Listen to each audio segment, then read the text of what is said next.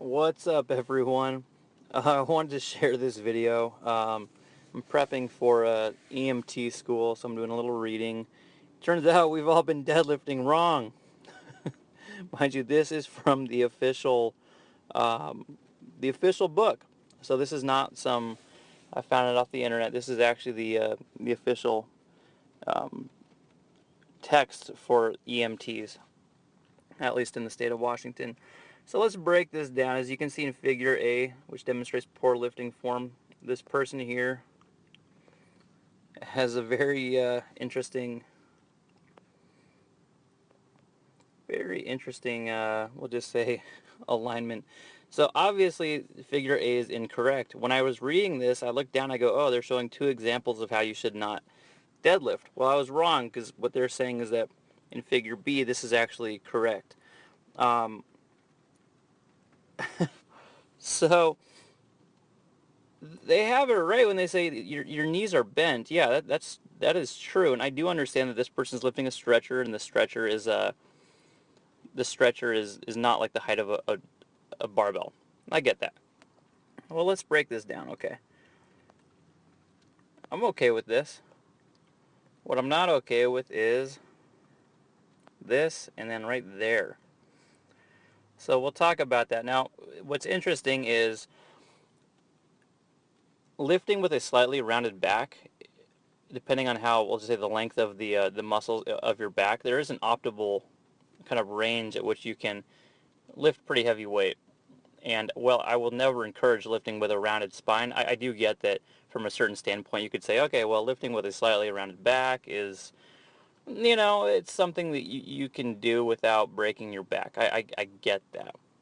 But to make this the proper, like this is the standard that they're going for, that's a little different. So let's kind of break down why. And there's a sort of a major thing here that I really want to point out. So first of all, if I kind of redraw the lines,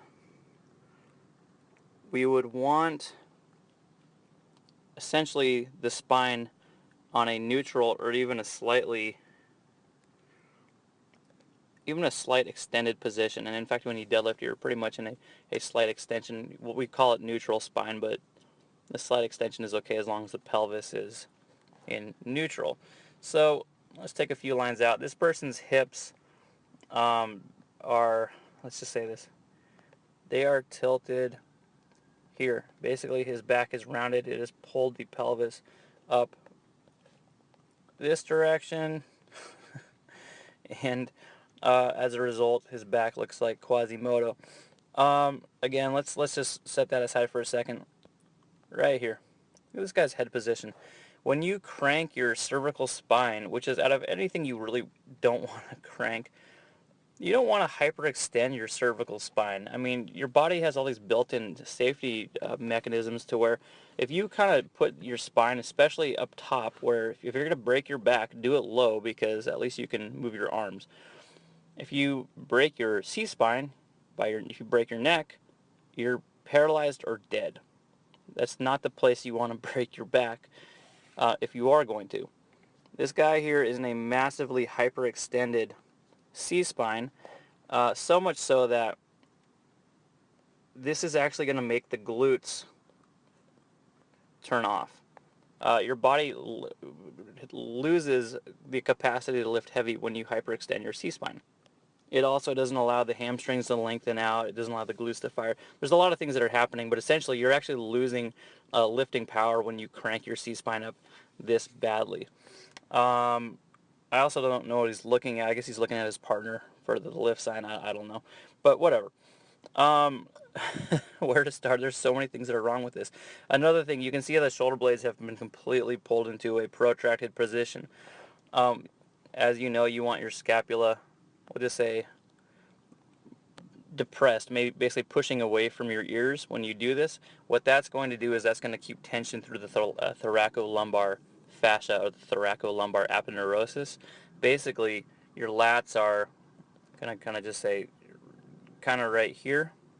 There's a big, just a band of tissue that connects down to the pelvis. So right through here, I'm going to say here, we keep tension, and we complete a chain. he's completely lost his shoulders here. So now this connection here is not there. This means his glutes are going to have a really hard time firing, and I do get his legs are bent. Good job, sir.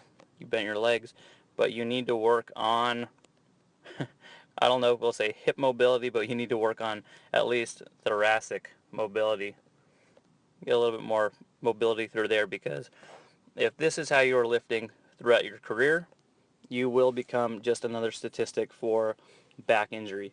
So I was actually debating writing the publisher and saying, I'm not sure why this guy is demonstrating proper lifting form. I get that some people might not be able to do a deep squat, because this will be more of a squat than a deadlift. I do get that because you're that low to the ground, but still, this low to the ground, I don't think that you're going to need around your back this much. And with back injuries as prevalent as they are in this field, I have quite a few students that are firefighters, former firefighters, or current, or EMTs, paramedics, things like that. And they'll tell you, yeah, back injuries are number one, as one of the primary causes, especially for firefighters. It's not to put out fires; it's to, it's the medical aspect. It's someone's hurt and they're the first responder there. So I wanted to show you this. Yeah, again, I'm sort of at a loss. I don't want to ramble on, which I'm doing, but this one just drove me crazy. So, yeah, I guess if you're training to be a firefighter or an EMT or a paramedic or whatever, read the book, take notes, but I don't know if this is one of the notes that I would take if I were you.